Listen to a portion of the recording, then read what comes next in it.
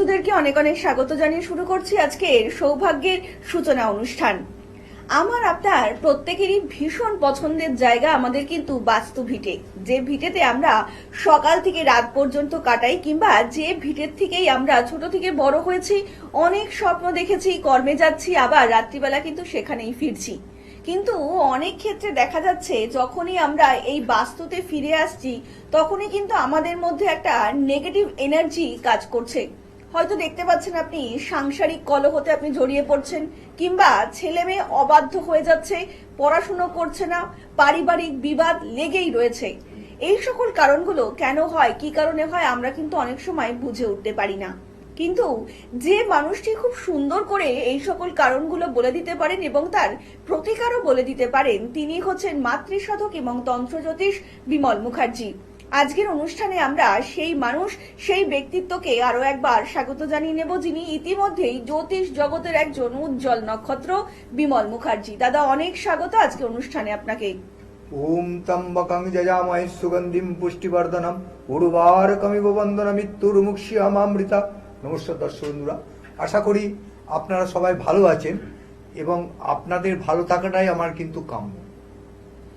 একদম দাদা, আমরা একটু আগে যেটা বলছিলাম আর কি, বাস্তু মানে আমার আপনার কিংবা প্রত্যেকেরই ভীষণ পছন্দের জায়গা, কিন্তু অনেক ক্ষেত্রেই দেখা যাচ্ছে যে অনেকেই বাড়িতে ফিরতে একটু নেগলেক্ট ফিল করছেন, একটু আনইজি ফিল করছেন, ভাবছেন গেলেই আবার ঝগড়া অশান্তি, ছেলে মেয়ে অবাধ্য, পড়াশুনো করছে না, কিংবা ভাই ভাই অশান্তি, এই সকল যে বাস্তুগত সমস্যা, এটার একটু কারণটা যদি একটু দর্শকদেরকে বলেন। দেখো, যখন বাস্তু দেবতাকে ফেলা হয় তখন বাস্তু দেবতার মাথা কিন্তু ঈশান কোণে পড়ে, ঠিক আছে? সুতরাং বাস্তুর যে মেন যে প্রবলেমটা সেটা কিন্তু এই ঈশান কোণকে নিয়েই হয়। ধরো তুমি একটা বাড়িতে ঢুকছো, ঠিক আছে, তোমার মাথায় যদি কোনো কেউ একটা নোংরা জল ফেলে বা কোনো একটা খারাপ মানে দুর্গন্ধ যদি কিছু পড়ে, সেক্ষেত্রে তুমি কি তোমার যে মতভেদটা তোমার কি মস্তিষ্কে কি জিনিসটা হবে? কিন্তু বাস্তু দেবতা কিন্তু যেদিকে মাথা করে শুয়ে আছে সেদিকে যদি কোনো রকম নর্দমা বা তোমার বাথরুম বা কোনো রকম নলকূপ এসব কিছু থাকে, সে বাস্তুতে কিন্তু দোষ অবধারিত, ঠিক আছে? এবং সেই বাস্তুর জন্য যে মেন যে বাস্তুর যে মালিক, সেই মালিক নানা রকম রোগাক্রান্ত থাকবে এবং তার রোগ ধরা পড়বে না, কিন্তু সে রোগ মানে নানা রকম রোগের ভেতরে একটা জর্জরিত হয়ে থাকবে, ঠিক আছে? প্লাস হচ্ছে কি, ধরো যদি কোনো পড়ুয়া কোনো লেখাপড়া করা ছেলে থাকে বা মেয়ে থাকে, সন্তানদের লেখাপড়ায় বাধা আসবে। চাকরিগত কোনো ছেলের নানা রকম তার চাকরির জায়গায় কর্মস্থলে নানা রকম প্রবলেম হবে। বাস্তুগত দিক থেকে থাকলে কোনো বিবাহযোগ্য কোনো মেয়ে বা ছেলে যদি থাকে সেই বাস্তুতে, সেই বাড়িতে, তার কিন্তু বিবাহ হতে দেরি হবে, বিবাহ হলেও তার সাংসারিক অশান্তি হবে। এই যে এতগুলো জিনিস কিন্তু টোটালটাই কিন্তু বাস্তুর ওপরে ডিপেন্ড করে চলে, ঠিক আছে? বাস্তুকে যদি আমরা সুস্থ সবল করে রাখতে পারি সেক্ষেত্রে কিন্তু আমরা অনেক দিক থেকে বেঁচে যাই। আমার ন্যাচারাল চার্টে যদি কোনো রকম প্রবলেমও থাকে, বাস্তু যদি ঠিকঠাক থাকে, বাস্তু যে বাড়িতে আমি এসে শান্তির জায়গা, আমার একটা নীড়, যেটা পাখিদের বলা হয় নীড়, সেক্ষেত্রে আমরা যেখানে বাস্তুতে এসে দাঁড়াচ্ছি সেই জায়গাটা যদি আমাদের একটা মানে কোনো রকম যদি প্রবলেম না থাকে, সেক্ষেত্রে আমি অনেকটা দূর এগিয়ে যেতে পারবো, অনেকটা দূর আমরা এগিয়ে যেতে পারবো। সুতরাং বাস্তুটাকে কিন্তু মানে আমি আজকে যে বলবো, বাস্তু থেকে আপনি যদি যে প্রবলেমগুলো দেখো, একটা ধরো আমি তোমাকে বলি, ধরো আজকে যে বাস্তুতে ধরো ঈশান কোণে বাথরুম হয়ে আছে, তো হট করে তো সেই বাথরুমটাকে ভেঙে ফেলে দেওয়া যাবে না। একদমই তাই দাদা, মানে আমার এটাই একটু প্রশ্ন ছিল। আমি বাথরুমটা একটু পরে আসছি। প্রথমে হচ্ছে যে আমাদের যে হিন্দু ধর্মের একটা খুব প্রচলিত রীতি আছে যে বাড়িতে তুলসী মঞ্চ রাখা।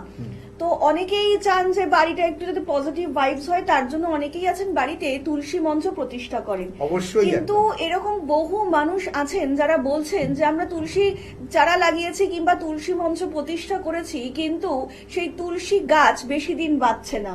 তো এটার কি একটা নেগেটিভ কোনো ভাইবস এর কারণে কি হতে পারে অবশ্যই জিনিসটা? অবশ্যই অবশ্যই একদম, মানে এটা বাস্তুর দোষের জন্য। যে বাস্তুতে মানে তুলসী, প্রথম কথা আমি বাস্তুর দোষ, আমি যারা টেলিফোন করে যে তো আপনার বাস্তুতে যদি ঈশান কোণে বাথরুম পায়খানা না থাকে, সেক্ষেত্রে আমি তাদের বলি আপনার বাড়িতে কি তুলসী মঞ্চ আছে? সেই তুলসী মঞ্চে কি তুলসী গাছটা সতেজ আছে, ঝাড় হয়ে আছে, না রুগ্ন অবস্থায় আছে? এটা কিন্তু আমি প্রত্যেক মানে ক্লায়েন্টদের জিজ্ঞেসও করি, ঠিক আছে? সুতরাং তারা যখন বলে না আমার তুলসী মঞ্চটা বেশ ভালোভাবেই আছে এবং এটা ঝাড় হয়ে আছে, তুলসী ভালোভাবে হয়েছে, আমরা তখন আমার বেশ ভালো লাগে যে না ঠিক আছে, তাহলে একটা অন্য প্রবলেমের জন্য হয়তো কিন্তু বেশিরভাগ ক্ষেত্রে আমি শুনি যে না তুলসী গাছটা একদম জীর্ণ হয়ে আছে, দুর্বল হয়ে আছে, কোনো কোনো কেউ বলে আমার ওই মানে একদম শুকিয়ে গেছে। তো এটার কারণ কিন্তু ওই বাস্তুর দোষ, ঠিক আছে? এই বাস্তু দোষটা কিন্তু এটা কি করতে ভিজিট করে দেখতে হয়, মানে বাস্তুতে গিয়ে দেখতে হয় যে বাস্তুতে কোথায় প্রবলেমটা আছে। সেই প্রবলেমটার জন্য কিন্তু তোমার এই তুলসী গাছ পর্যন্ত সেখানে ভালোভাবে জন্মাচ্ছে না বা ভালোভাবে সেখানে থাকছে না, ঠিক দাদা আছে? এক্ষুনি সুতরাং তুমি একটা টয়লেটের কথা বলছিলে যে আজকালকার দিনে আমরা তো ভীষণ ফ্ল্যাট কালচারে অভ্যস্ত। একদম। তো যারা বেসিক্যালি ফ্ল্যাট কালচারে রয়েছে অনেকেই দেখা যাচ্ছেন যে তাদের কিচেনের সঙ্গে একদম বাথরুম প্রায় লাগোয়া অবস্থাতেই রয়েছে। তো এটা ঘরের মধ্যে কতটা নেগেটিভ ভাইবস দিতে পারে যদি একটু বলো। একদম, মানে এটা একদম খুবই মানে অসঙ্গত, বুঝতে পেরেছো? যেটা হচ্ছে এই যে জল তত্ত্ব আর অগ্নিতত্ত্ব, এই যে দুটো একই সঙ্গে, ঠিক আছে? এই যে বাথরুম আর তোমার Kitchen, কিচেন, একদম। এই যে পাশাপাশি থাকাটা, মানে এটা আমি বলি যখন মানে মানে এটা তো আর ভেঙে দেয়, ফ্ল্যাটে তো আর ভেঙে দেওয়া যাবে না। সেক্ষেত্রে আমি কি প্রতিকার হিসেবে বলি যে বেসিনটা, জলের বেসিনটা আছে, সেই বেসিনটাকে একটা অন্যদিকে শিফটিং করা, ওটা গিয়ে দেখে শিফটিং করার কথা বলা হয়। বা একটা আমরা ধরো সবুজ ল্যাম্প আমরা জ্বালানোর কথা বলি, ঠিক আছে? এই তো নানা রকম এই ছোটখাটো মানে টোটকা দিয়ে- রান্নাঘরে লাগাতে হবে হ্যাঁ একটা সবুজ রান্নাঘরে, lamp। ঠিক আছে? দাদা এবার যদি এই সবুজ ল্যাম্পের একটু মানে গুণগুলো বলো যে কি কারণে সবুজ ল্যাম্পটা লাগানো যাবে। দেখো, সবুজ ব্যাপারটা হচ্ছে, সবুজ হচ্ছে এমনই একটা কালার যেটা মানুষকে শান্তির একটা আলয় দেয়। আচ্ছা। শান্তির আলয় মানে কি তোমাকে বলি যে রান্নাঘরটা এমনই একটা ঘর যেখানে একটা বাড়ির গৃহবধূরা বলো, মারা রান্না বান্না করছে, এবং সেই রান্নাঘর যদি কোনো রকম বাস্তু দোষ থাকে, সেক্ষেত্রে ওই যে রান্নাঘরে যারা রান্না করছে তারা কিন্তু অসুস্থ হয়ে যায়। আচ্ছা। আমরা কিন্তু ভাবি হয়তো অন্য কোনো কারণে হয়তো সে অসুস্থ হয়েছে, কিন্তু অ্যাকচুয়ালি কিন্তু রান্নাঘর যদি কোনো রকম বাস্তু দোষ থাকে, সেক্ষেত্রে রান্নাঘরে যে রান্না করছে গৃহিণীরা, আমার মা বোনেরা যারা রান্না করছে, তাদের কিন্তু শারীরিক নানা রকমের প্রবলেম এসে যায়, ঠিক আছে? সুতরাং এই রান্নাঘরটাকে বেশিরভাগ ক্ষেত্রে এখন আমি যতটা মানে যেই ফ্ল্যাট কিনতে যায়, মানে কেনার কথা বলে বা আমাদের কোনো রকম ভাবে বলে, ফোনে কথা বলে, সেক্ষেত্রে আমি তাদের বলি একটা কথায় যে ফ্ল্যাট তৈরি হওয়ার আগে আপনি বুকিং করুন, আচ্ছা। ঠিক আছে?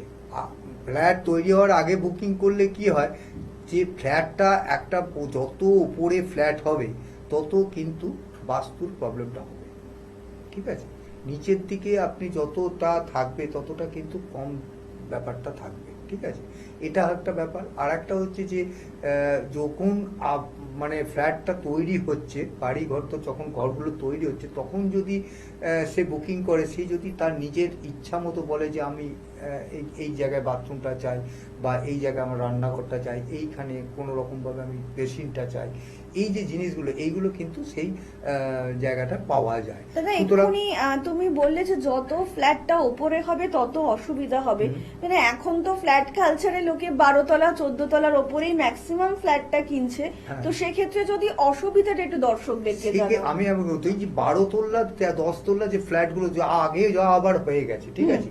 এখনকার যারা ফ্ল্যাট ওনাররা আছে, ফ্ল্যাট তৈরি করে যারা প্রমোটাররা, তারা কিন্তু কিছুটা বাস্তুসঙ্গত মেনেই কাজকর্ম করছে এবং আমাদের সঙ্গে কনসাল্ট করেই কিন্তু কাজ করছে। বা বিশেষভাবে আমার সঙ্গে এরকম অনেক প্রমোটার আছে যারা আমার সঙ্গে কনসাল্ট করেছে, যারা মানে কোন দিকটাই করলে, এখন সব দিকটা তো সব কিছু ভাবে হবে না। ধরো একদিকে বাথরুমে রান্নাঘরের প্রবলেমটা, কোনো জায়গায় রান্নাঘরের প্রবলেমটা সলভ হচ্ছে, তো কোনো জায়গায় বাথরুমের প্রবলেমটা থাকছে।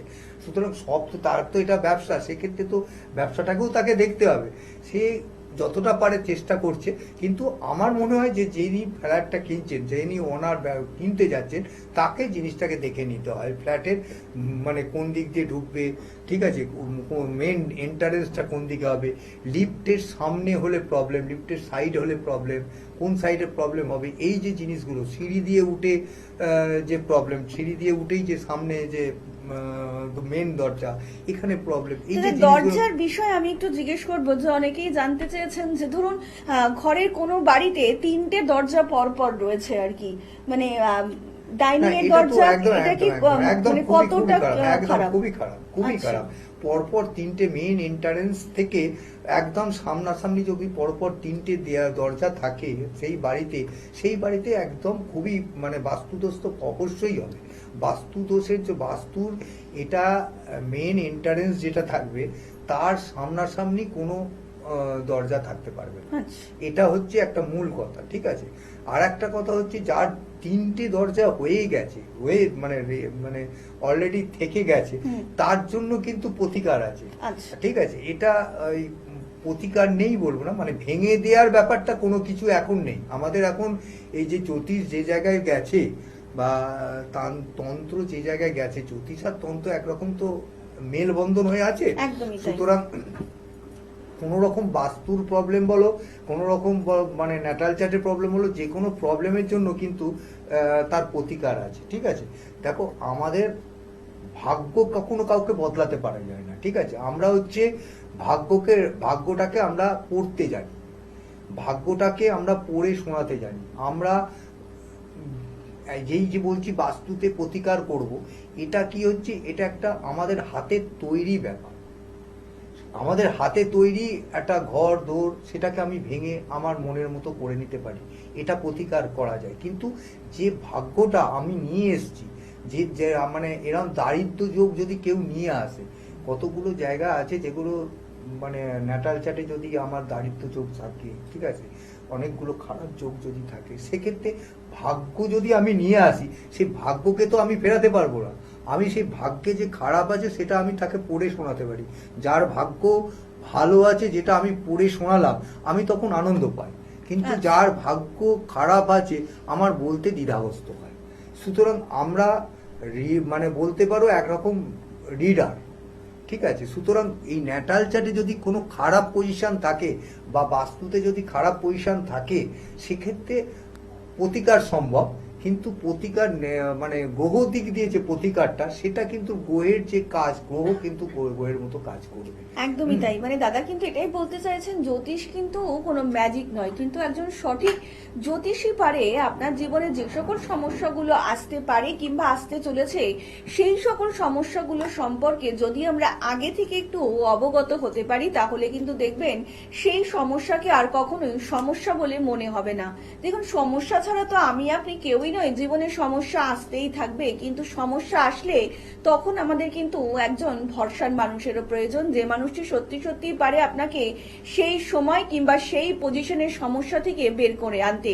হয়তো সব পুরোটা সমস্যা ম্যাজিকের মধ্যে দিয়ে একদমই অ্যাবলিশ করা সম্ভব নয়, কিন্তু তার মধ্যেও তো পার্সেন্টেজ থাকে, হয়তো 100% না হোক, আপনাকে 40 to 30% সেই সমস্যা থেকে অনেকটাই বের করে আনা যাবে। আর তিনি যেটা পারেন সেটাই হচ্ছেন বিমল মুখার্জি।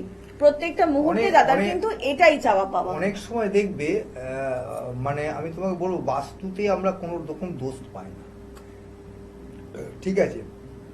কিন্তু বহুদিন ধরে মানে বাস্তু, ধরো তোমার ঈশান কোণ বলো বা জলতত্ত্ব মেনে কাজ হয়েছে, অগ্নিতত্ত্ব সব দিক দিয়ে একদম পরিপাটি আছে, কিন্তু যখন বাস্তুতে হয়েছে, সেই বাস্তুতে কোনো রকমভাবে জানতে হবে যে বাস্তুটা যখন বাড়িটা তৈরি হয়েছে, সেই তার আগে ওই বাস্তুতে কোনো রকম খারাপ কিছু ছিল। মানে যারা ফ্ল্যাটে থাকেন তাদের জন্য তো প্রতিকার রয়েছে, যারা বাড়িতে থাকতে চাইছেন করে একটু যদি তার আগে বাস্তুটা বিশ্লেষণ করে নেন, তাহলে কিন্তু অবশ্যই অনেকটা দিকে আপনাদের উন্নতি হবে আর কি। এখন তো ব্যাপার হচ্ছে সবই তো ছোট সংসার, একদমই। সুতরাং ছোট সংসারে যদি একটা বাস্তুতে গন্ডগোল আসে, বাস্তুতে এরকম মানে বেশিরভাগ ক্ষেত্রে দেখেছি আমাদের কাছে আসে যে বিয়ের পরই কিন্তু এই যে প্রবলেমগুলো আসছে। তাহলে এই যে বাস্তুগত সমস্যাগুলো হচ্ছে তার কি প্রতিকার আছে যদি একটু বলেন আর কি। প্রথম কথা বলছি আমি, প্রতিকার তো অবশ্যই আছে। আমি জাস্ট একটা এই যে যেটা আমি বললাম না যে ওই যে নানা রকমের যে অশান্তি বা যে ঝগড়াঝাটি বা এই যে ঝামেলাগুলো, এটার জন্য আপনারা করবেন কি, একটু বৃহস্পতিবার দিন করে একটু ওই সন্দক লবণ দিয়ে ঘরদোর পুষতে হবে। আচ্ছা, ঠিক আছে, সন্দক লবণ দিয়ে ঘরদোর পুষতে মানে হবে। সারাদিনে একবার করলেই হবে আর কি।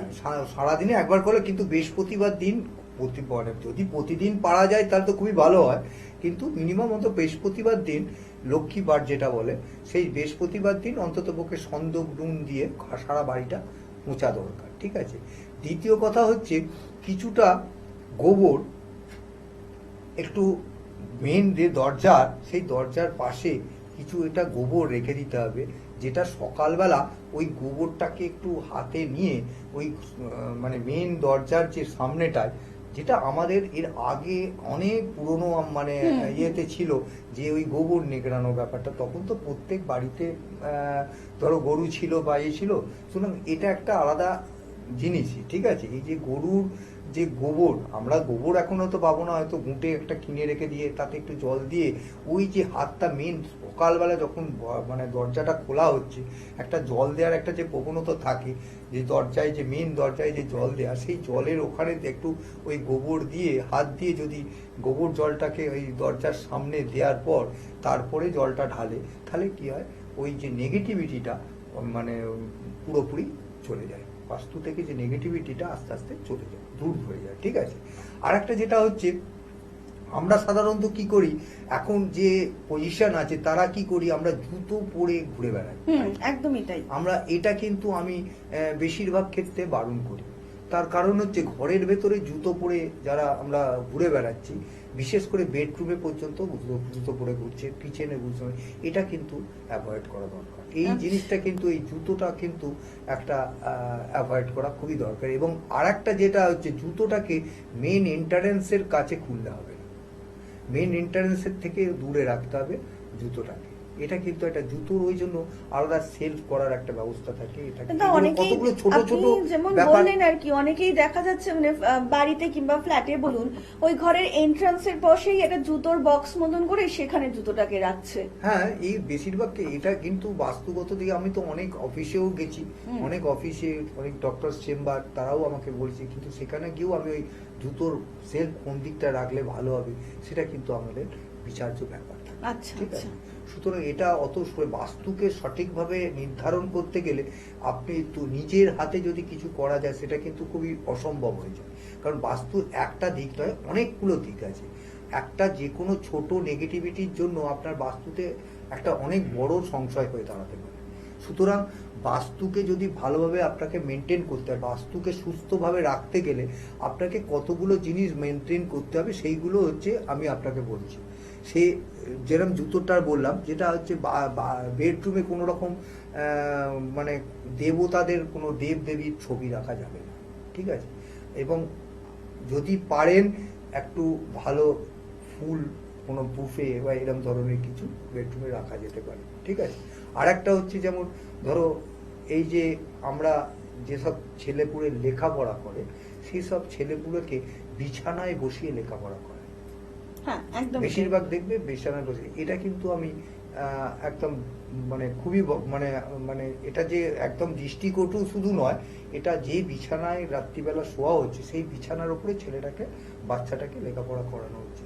এটা ছোটবেলা থেকে যদি তাকে একটা টেবিল চেয়ারের উপরে বসানো হয়, বসিয়ে লেখাপড়া করে, তার লেখাপড়া, এবং শুধু তা নয়, পূর্ব দিকে মুখ করে, পূর্ব দিকে মাথা করে বাচ্চাকে শোয়াতে হবে, এবং পূর্ব দিকে মুখ করে বসে তাকে লেখাপড়াটা করাতে হবে। এবং লেখাপড়ার যে টেবিল হবে, সেই টেবিলের উপরে কিন্তু একটা সবুজ মানে ওই যে তুমি সবুজ কালার বললাম, সবুজ একখানা তোমার টেবিল ক্লথ পেতে দিতে হবে। ঠিক আছে। এই যে কতগুলো যদি মেনটেন করে বাস্তু, তাহলে যে বাস্তু যতটাই খারাপ থাকে, বাস্তুর জন্য যে লেখাপড়া খারাপ হচ্ছে, সেক্ষেত্রে কিন্তু ওই ছেলেটার লেখাপড়া খুবই ভালো হয়। কয়েকটা দেখবে একটা মানে যে টেবিলে লেখাপড়া করছে সেই টেবিলের ওপরে একটা মানে কাঁচের পাত্র রেখে তাতে একটু জল দিয়ে কয়েকটা ফুলের মানে ভালো ফুলের পাপড়ি, বিশেষ করে যদি সাদা গোলাপ বা লাল গোলাপের পাপড়ি হয় সেটা রেখে দিলে কিন্তু আরো মানে এটা আরো একটু ভালো দিক দেখা যাবে। ঠিক আছে, এরকম কতগুলো জিনিস আমাদের, সব জিনিসকেও তো সব রকম ভাবে বলে দেওয়া যাবে না। এগুলো ছোটখাটো টিপস যেগুলো দিয়ে করলে কিন্তু এইগুলো প্রতিকারগুলো কিন্তু বাস্তুতে অনেকটাই কিন্তু হেল্পফুল হয়। ঠিক আছে, বাস্তু যদি খারাপ থাকে সেক্ষেত্রে যে কোনো বাস্তুবিদকে দিয়ে বাস্তুটাকে পরিদর্শন করিয়ে সেই বাস্তুটার রেমেডি নেওয়া অবশ্যই দরকার। ঠিক আছে, আজকে এই যে ধরো টেলিভিশনে এই যে আমি বলছি যে বা এরকম তো অনেকেই তো বলছে, সুতরাং এই রেমেডিতে কিন্তু একটা বাস্তুর প্রতিকার হয় না। আচ্ছা। বাস্তুর প্রতিকার করতে গেলে বাস্তুতে ভিজিট করতে হয়। বাস্তুকে সেরম যদি বাস্তুর প্রবলেম থাকে, বাস্তু যাক মানে যজ্ঞ করে একটা বাস্তুটাকে বাঁধা, মানে বাস্তুকে তো নানা রকম ভাবে বেঁধেও রাখতে পারে, কেউ কোনো খারাপ ইয়ে করে রাখতে পারে। ধরো বাস্তুতে বহু পুরনো আমলের মানে বাস্তু, সেইখানে কেউ একজন কোনো মানে মরা পোঁতা আছে বা কোনো আচার কিছু আছে, এরকম কিছু যদি থাকে সেক্ষেত্রে সেই বাস্তুতে তো প্রবলেম হবেই। তো এই বাস্তু পরিদর্শন করে যে বাস্তু ভিত যাবে সে ওই পরিদর্শন করে বাস্তুর যে প্রবলেমটা কিন্তু শর্ট আউট করতে পারে। এবং বাস্তু পরিদর্শন করার পর বাস্তুতে কি ধরনের রেমেডি দিলে, কি ধরনের জাগ করলে হ্যাঁ মানে বাস্তুটা একদম কমপ্লিটলি সুস্থ হবে, শুধু তাই নয় পরে কেউ যাতে ওই বাস্তুতে কোনো রকম ক্ষতি করতে না পারে তার জন্য একদম পার্মানেন্টলি বাস্তুটাকে বেঁধে দেওয়া যায়। সুতরাং এই কতকগুলো জিনিস যদি করে নেওয়া যায় তাহলে কিন্তু বাস্তুর পক্ষে যে কোনো বাস্তুতে কিন্তু উপযোগী করে তোলা যায়।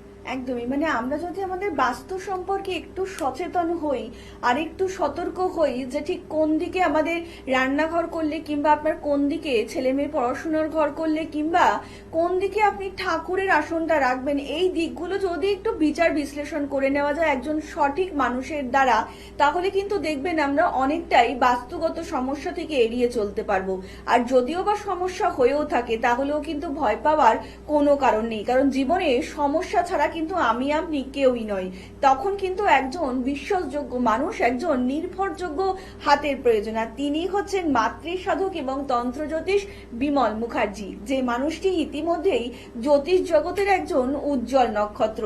প্রত্যেকটা মুহূর্তে কিন্তু আমরা চাইছি আপনাদের জীবনে এমন একজন মানুষকে প্রতিষ্ঠা করতে যিনি সত্যি সত্যি পারেন আমার আপনার জীবনকে একটু পরিবর্তন করিয়ে দিতে, আমার আপনার জীবনে একটু সৌভাগ্যের সূচনা করতে। দেখুন, এই সৌভাগ্যের জন্যই কিন্তু আমাদের এত কর্ম, এত লড়াই, এত পরিশ্রম। তাই সেই পরিশ্রম, সেই লড়াইকে কিন্তু কখনো বিফল হতে দেওয়া যাবে না।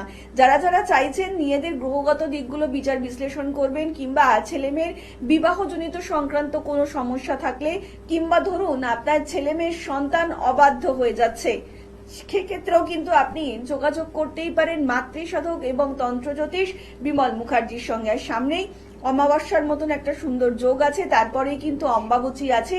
তো যারা যারা চাইছেন যে এই দিকগুলোকে কিংবা এই সময়গুলোকে একটু কাজে লাগিয়ে নিজেদের জীবনে আরো উন্নতি নিয়ে আসবেন, তারা কিন্তু অবশ্যই যোগাযোগ করতেই পারেন বিমল মুখার্জির সঙ্গে, কারণ দাদা কিন্তু এই অম্বাবচীর টাইমটাতে আপনারা পেয়ে যাবেন কামাখ্যাতে। দাদা একদম সময় প্রায় শেষের দিকে, তো যাওয়ার আগে দর্শকদের যদি কিছু বলতে চান। ব্যাপার হচ্ছে দর্শকদের বলার মতো যেটা ব্যাপার হচ্ছে যে কোনো জিনিস ফেলে রাখা যা সম্ভব, ফেলে রাখলেই কিন্তু জিনিসটা বাড়ন্ত বেড়ে যায়। ঠিক আছে, যেমন রোগ ফেলে যদি আপনি কোনো ডক্টর না দেখান, যেমন রোগের বাড়ন্তটা বেড়ে যায়, তাড়াতাড়ি বাড়ে, ঠিক সেইভাবে আপনারা এই জ্যোতিষ সম্বন্ধে যে জিনিসটা ধ্যান ধারণা যেটা ভাবছেন সেই ভাবাটাকে ভাবার জায়গায় যদি রেখে দেন তাহলে কিন্তু জিনিসটা অনেকটাই প্রবলেম ক্রিয়েট বেশি করবে। সুতরাং আপনারা যে কোনো ধরনের একটা যে কোনো ভালো কোনো জ্যোতিষ বা তান্ত্রিককে দিয়ে আপনাদের বাস্তু বা ভিটে যেটা আপনি বসবাস করছেন সেটাকে একবার পরিদর্শন করিয়ে আপনি সঠিক রেমেডি নিয়ে আপনি চলুন, দেখুন আপনার বাস্তুতে কিন্তু আপনার কোনো প্রবলেম থাকবে না। প্রবলেম থাকার মতো সম্ভবও নয়, কারণ আপনি যদি প্রতিকার করেন সেক্ষেত্রে প্রবলেম তো থাকবে না। সুতরাং আপনি নিশ্চিন্তে থাকতে পারেন। যে কোনো বাস্তুবিদ, শুধু আমি বলে নয়, বাস্তুবিদকে দিয়ে আপনি আপনার বাস্তুটা ঠিক আছেন কিনা একবার পরিদর্শন করিয়ে নিন। তাহলে কিন্তু আপনার জিনিসটা অনেকটা মানে আদৌ আছে কিনা, আমি বলছি আপনি ভালো আছেন, কিন্তু তবু একবার দেখে নেওয়া উচিত। ঠিক আছে? আপনাদের বাস্তু সংক্রান্ত যে কোনো সমস্যার সমাধান পেতে আপনারা কিন্তু অবশ্যই চলে আসতেই পারেন বিমল মুখার্জির কাছে যোগাযোগের জন্য। আপনাদের মনের মধ্যে যদি আস্থা এবং বিশ্বাস থাকে, সমস্যা নিয়ে আসুন এবং সমাধান নিয়ে ফিরে যান। আর আজকের মতন অনুষ্ঠান কিন্তু আমাদের এখানেই শেষ করতে হচ্ছে এবং কথা দিয়ে যাচ্ছে আপনাদের সকলের সঙ্গে দেখা হবে আগামী পর্বে। সকলে অনেক ভালো থাকবেন। নমস্কার। নমস্কার।